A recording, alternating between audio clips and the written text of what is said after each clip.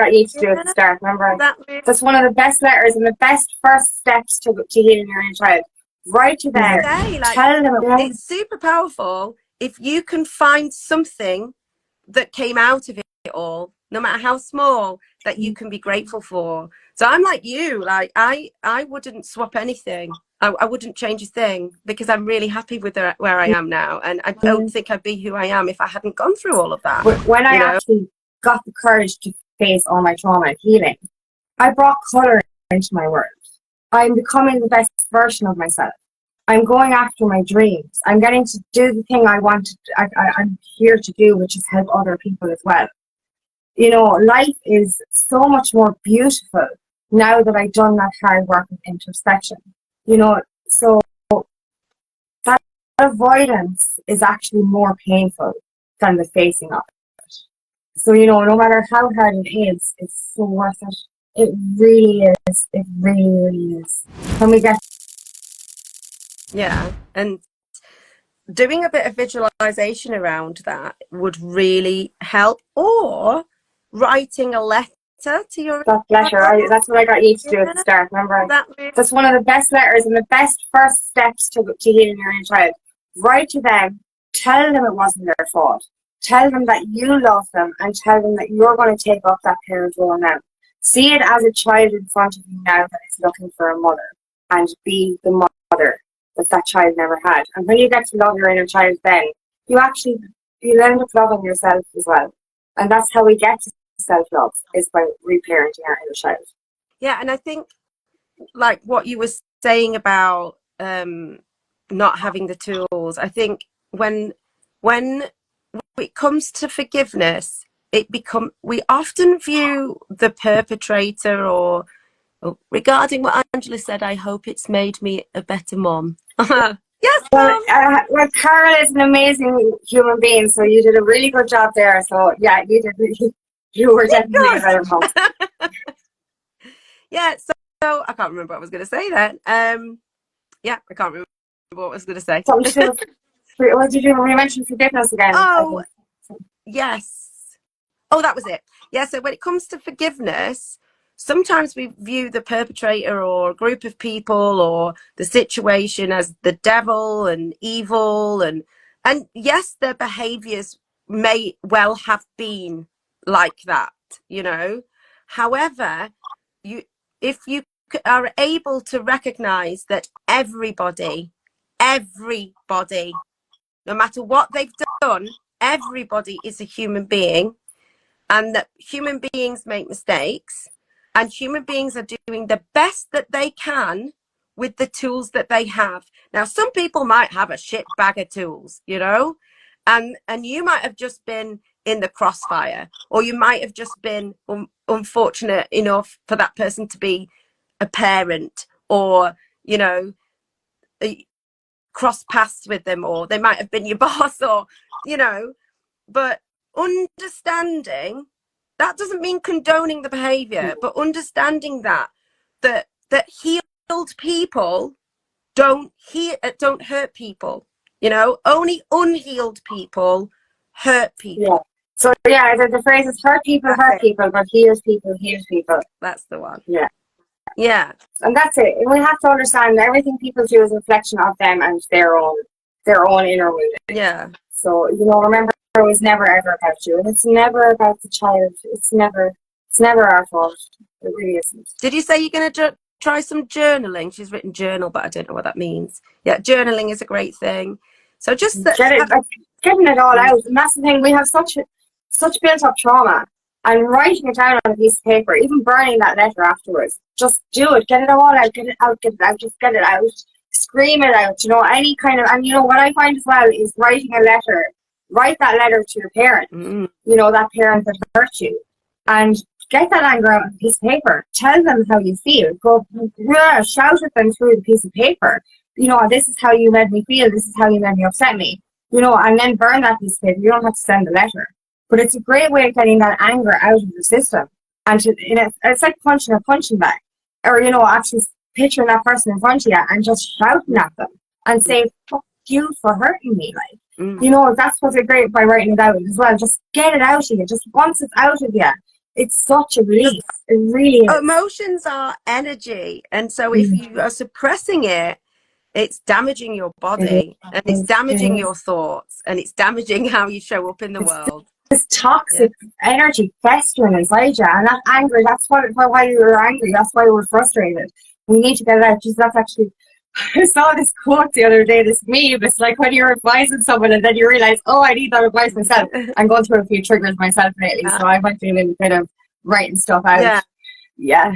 And that's what, and actually, sometimes, you know, you can go, I'm healed, and I'm ignoring it, and eventually, like, oh, I've been ignoring this trigger, and I better, better deal with it. Yeah, like that's what like the anger's coming out of somewhere, but I haven't really been kind of going, why am I angry right now? I don't even know. I just know I'm frustrated, and I have to sit with that, and I kind of do know actually, but I just need to I have to have a little bit of a chat with myself. So, a nice little quote by Mahatma Gandhi is, the weak can never forgive. Forgiveness is the attribute of the strong. And so that's, you know, we are saying it can be difficult to forgive. It's a real sign of strength. And people, you know, out there might have been through really terrible things, but it's stepping into your power to forgive. Forgiveness is an emotional release. It's an empowering, because you become in charge then, because you're choosing to forgive them, that you're stepping into your power, and it heals. It's really healing. And then gratitude is also, that can help, you know, once we've been through an emotional purge or whatever, finishing off with a bit of gratitude for the things that are good in your life. For surviving, And what's super for powerful, escaping and surviving as well, though. Just sorry for interrupting you there. say, like, it's super powerful if you can find something that came out of it all, no matter how small, that you can be grateful for. So I'm like you, like I wouldn't swap anything. I wouldn't change a thing, because I'm really happy with where I am now, and I don't think I'd be who I am if I hadn't gone through all of that, you know.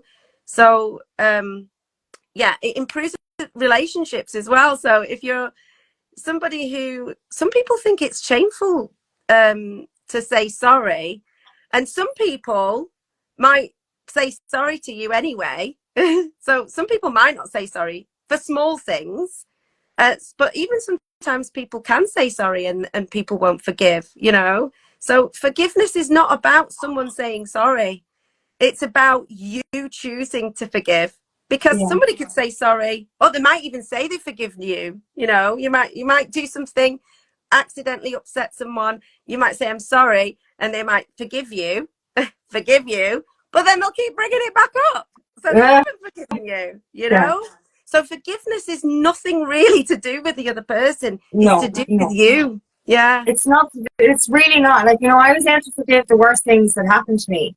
And, like, you know, I don't even know how I possibly did that, because these people obviously were monsters. But I think that control of it is gone. And that's what it is about. They can still control you for the rest of your life if you don't let them go, if you don't forgive them.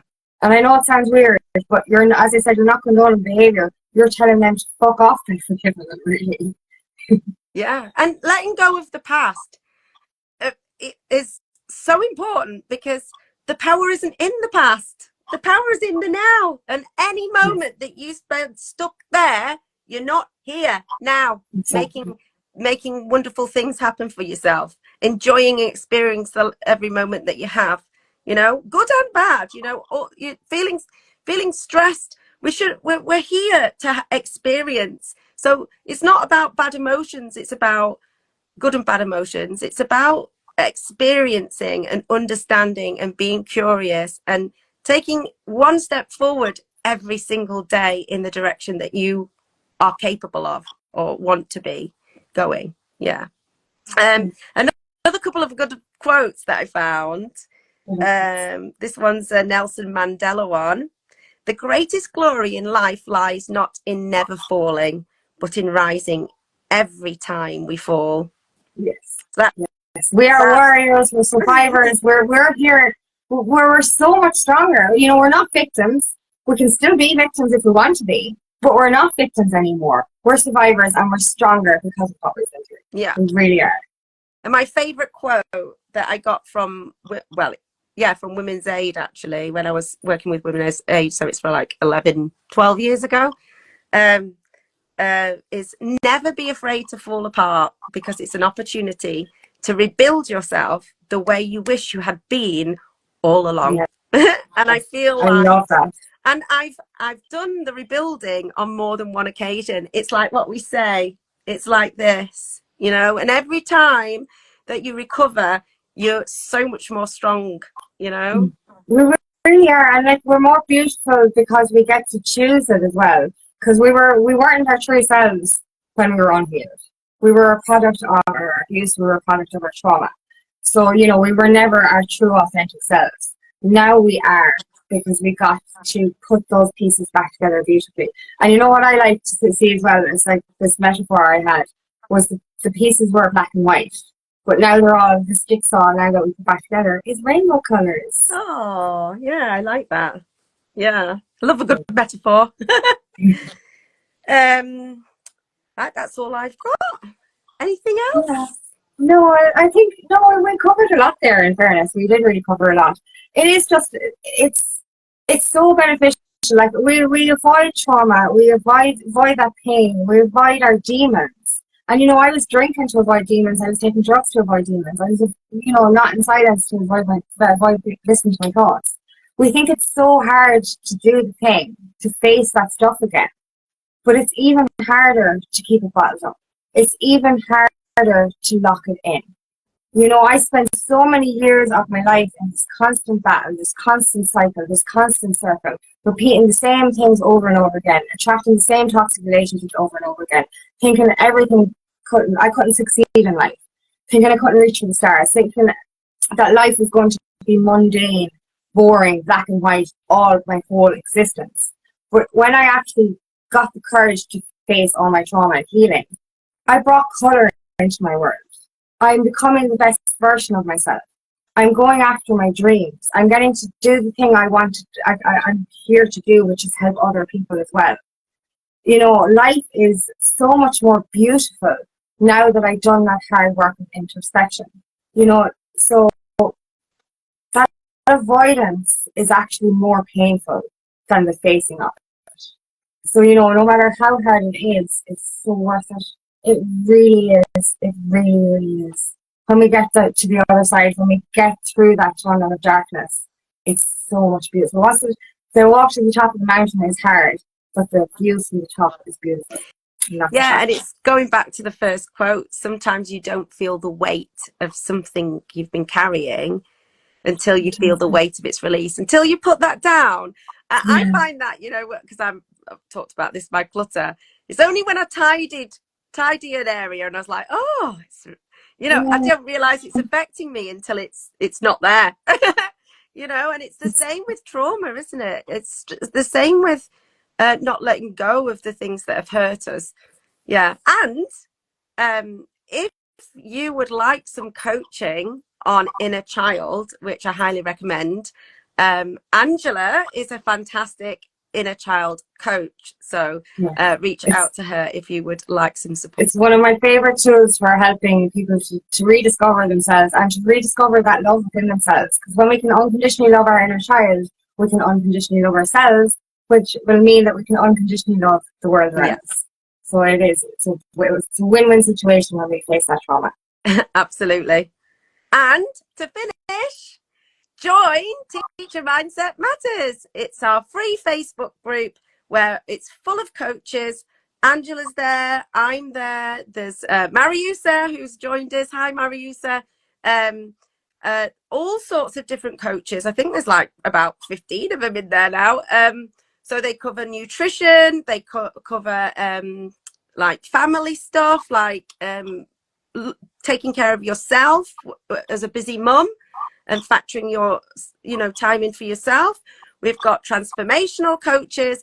I've got someone in there. She hasn't posted anything yet, but she's like a Reiki master. So if you're into Reiki, and she does like spiritual readings, we've got all sorts. So we've got one some American guy who's like really motivational. He put like this video in which I loved. It was a lot of swearing, but he was like, I think you can do cursing is this. a form of passion. Okay, Yeah. you know, some people might be triggered by cursing, Yeah. but especially when you grow up in Ireland, we use the curse in every second word, and I just curse a lot more when I'm passionate. So you know, it's what did I hear it being called for? It's like a little spice in the language. Yeah. Well, and actually, some people might need a boot up the butt.